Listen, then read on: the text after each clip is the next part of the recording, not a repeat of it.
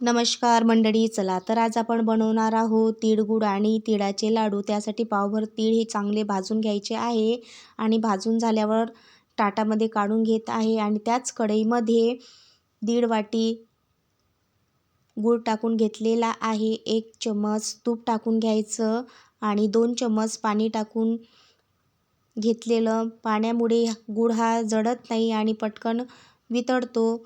आणि असं हे पाणी टाकून घेतलेलं 2 चम्मच छानपैकी फिरून घ्यायचं आणि मस्त हा गुळाचा असा पाक तयार होऊन येतो। पटापट मोठ्या पावरमध्ये पाकाला शिजून घ्यायचं आहे।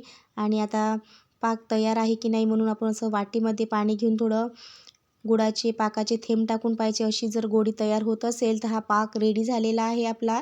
पहा मस्त अशी पाकाची गोळी बनलेली आहे आणि त्या पाकामध्ये आता संपूर्ण तीळ टाकून घ्यायची आणि पाक आणि तीळ हे एकत्र चांगलं परतून घ्यायचं आहे।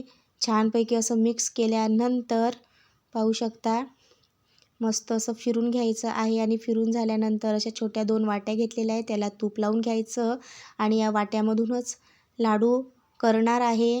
आणि थोडे लाडू बनवायचे आहे आणि थोडं आपल्याला तिळगुळ बनवायचं आहे। तर असे हे मिश्रण वाट्यामध्ये भरून घ्यायचं, थोडं गरमच आहे।